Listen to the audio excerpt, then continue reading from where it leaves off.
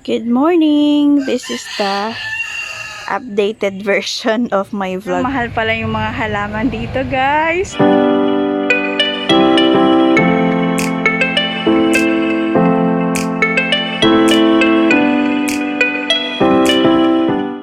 Nandito tayo sa bilihan ng mga halaman. Sorry, naka-helmet pa ako may hinahanap kasi ako ng halaman. Pero para reference nyo na rin guys, kung gusto nyong bumili ng mga plants dito sa Cagayan de Oro, papakita ko na lang yung name ng shop nila tsaka yung contact number.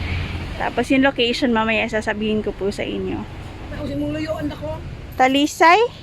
Pilang paninga nakadako na Ha? 7,000. Lagpas tao na yun guys. Is 1,000 naman hanggang tuhod. May walis pa. 1,000. Hala, nice torch? Torch. Mahaba na rin siya guys. Ay, mga kan, blue turn. Guys, blue ternate 100 lang. Ayan medyo mahaba na siya. Ayan, sobrang dami dito Wow. May bonsai doon sobrang ganda. Tugas daw yan 15,000. Sobrang ganda.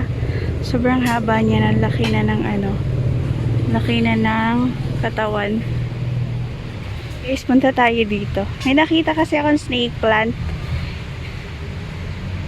Kakaya kay nanay. Ayan, may snake plant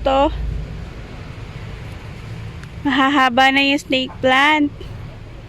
Ay, ito yung ZZ plant. Meron ako nito guys. Mutol-tol na dahil. Gabi. Ilan yung snake plant, Nay? 100. Mahaba na. 1, 2, mga 3 feet. 2.5. Haba na siya. Ito ba yun, ma'am? Ganyan lang. Dito, Nay. Cardboard. Dagko kaayo. Sige na, Pothos. Pila maninga ni Nay? 2,000. 2,000. Hanggang dito ko siya guys. Sa may hips ko banda. Ganda. Ganda Tapos daghan naman kaayo di ay Nay.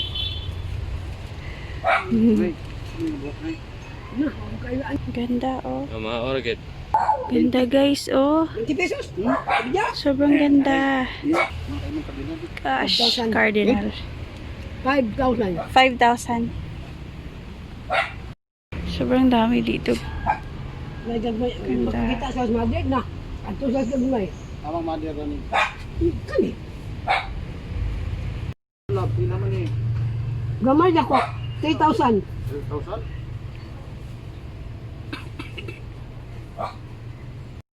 50,000 guys. Hindi na rin maganda sa bulak lang niya.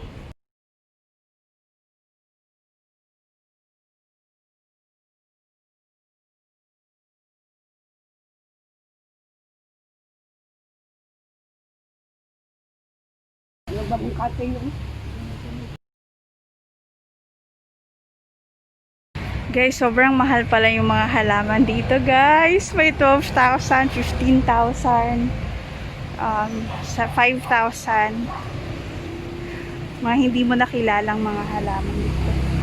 Ito silver na snake plant, 100 pesos. Ayan. Sobrang laki na nito sobrang laki na. Ang init. Ganda. Wala na yun. Liliit. Bougainvillea naman to. 75 pesos to. Tubo na siya. 150 daw to guys. Kani 50 pesos. Doha ako anay. Dito na, yung bulak? Ka-cute! Cute kaayo. Sa tawag ani Nay? Lantana. Ha? Lantana. Lantana. May sa una sa kanang tawag dito sa amuang lasangan. Ayan guys, may bulaklak na siya. 75 pesos. Okay ra siya, mainitan na ba? Oh, kana nay. Tag-5 nay. Ah, sige. May nadali na tayo. What can you say? Bikoy, unsa yung masulti? Supportive husband. Tag-5. Yan yung blue ternate na tea. Blue ternate tea. Walang lasa yan, but blue yung magiging coffee. Meron kaming ganyan sa bahay, may tanim kami. Tapos ito naman yung herbal para sa ubo. Meron din kami yan, yung dalawang variety. Yung husband ko naman yung nagtatanim ng mga ganyan. Ang cute oh. Ganda. Dito na tayo sa bahay guys. I-repot lang natin yung isang plant. Guys, ito yung nabili natin kanina. Sobrang ganda niya, oh. Ayan. Parang bonsai siya. Tapos, ito naman yung gusto ko. Nakikita ko kasi ito sa may tabi ng daan. 50 pesos yung isang pot. Mamaya ilalabas ko. Tapos, ito naman yung plant. Spider plant. Ayan. Ayan siya. Tapos, yan. Mga hanging plant. Tapos ito pa. So, bali tatlong klase. Tapos yan pa guys, yung iba kong halaman. Ayan, bigay lang to sa akin. Bigay lang sa akin to, tsaka ito ng pinsan ko. Dwarf na snake plant. Sobrang liit. Tapos ito, nasa cup lang siya guys. So, nabasag. Mga basag na cup na reuse ko. Ayan. Tapos snake plant, ito binili namin sa Claveria. Tapos ito mamumulaklak na siya guys. Tapos yung iba kong plants. Meron din dyan. Tapos meron dun. Bonsai ni kuya. Ayan. Yay! What, mommy? What is that? What are you doing? Why your face is so big? I'm holding a knife outside down. Knife is for? What the knife is for? Guys, lagay ko muna to siya dito sa aking temporary pot. Good morning! This is the updated version of my vlog. Sobrang ano na nito. Parang 2 weeks ago na yata to. So, ayan, naayos ko na sila ng konti.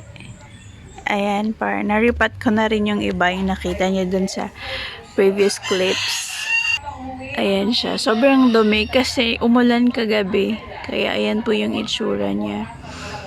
And lilinisin ko na naman siya ulit. Pero mas maganda talaga pag nakaangat yung mga plants para hindi siya matalsikan ng lupa. Tapos yan yung mga hanging plants namin. Nilagay namin dyan. Ayan. 3. Tapos ito naman yung dito na side. Tapos kakaripat ko lang yan guys. Kagabi. Peace lily. Tapos aglonema. Tapos ito kakatanim ko lang. Bigay ng kapitbahay namin. Tapos ito nakakainis. Hindi kasi nagde-drain tong pot na to. Ang pangit. Kailangan ko siyang butasan ng malaki. Ayun, ang ganda ng Bigay lang din to. Ayan yung snake plant, peace lily. Tapos punta tayo dito yon. So, iba na rin to dun sa nakita niya dun sa previous, previous clips. So, spider plant, forever rich. So, kinakabisado ko din yung name nila para kilala ko yung plants. Ayan, aglonema naman to guys. Isang, ng aglonema. The same nun. Just pink lang yung niya. Yung mga stem. Ayan. So, ito yung isa sa mga favorite ko. Sobrang ganda kasi nito. Dami niyang color din. Purple yung likod niya. Sobrang lang. Easy lang naman siya alagaan. Tapos, ito yung kapamilya niya. Marami na siyang anak-anak dyan. Tapos, December flower and snake plants. Tapos, dito naman tayo. May pati pa doon ng anak ko. Ayun, hanging plant. Makapal na siya. Ito, tapos meron na siyang bulaklak. Ayan. Ayan o. Ayan, tapos yung isa, saan ba yun? Ayun. Ayan, ang cute. Ayan. Tapos yung mga bagong naripat ko to. Gustong gusto ko tong mga ganda Vietnamese rose. Ayan. Si iba guys, temporary lang muna. Kasi, wala pa akong pot. Ayan. Ito naman yung aking. Kailangan ko siyang ilipat kasi sobra na yung water nito. Ayan no, parang na siya. Sobrahan na talaga, nawala na yata, nalaglag na yata yung iba. Yun nga nalaglag na nga oh. Ayan, my gosh. Ayan siya guys. Ayan na sila. Tapos meron pa doon. Tapos ito, kakatanim ko lang po niyan. Bigay rin ng kapitbahay yan. Tapos dito rin yan guys, hindi ko pa na-repot. Ito yung mga dwarf na part, din to, family ng snake plant. And meron akong ficus dito. Plan ko kasing gumawa ng bonsai. Kasi hindi pa ako nakapag-try ng bonsai. Tapos, aray. Ito may nilagay kasi ako dito na December flower. Ayan parang mabubuhay na siya ng maayos. Ito pa pala, meron pa pala ako ipapakita sa inyo. Ito ay, if you're familiar, ZZ plant to siya. Tapos nilagay ko siya sa baso, yung mga dahon, nilagay ko siya sa clear na glass para makita ko kung nagro-root siya. And 3 weeks, may roots na siya. And nilipat ko siya dito.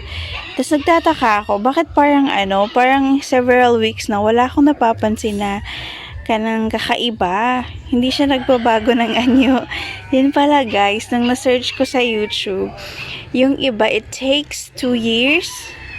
Ayan meron siyang bilog dyan sa ilalim na parang, nakalimutan ko yung anong pangalan nun.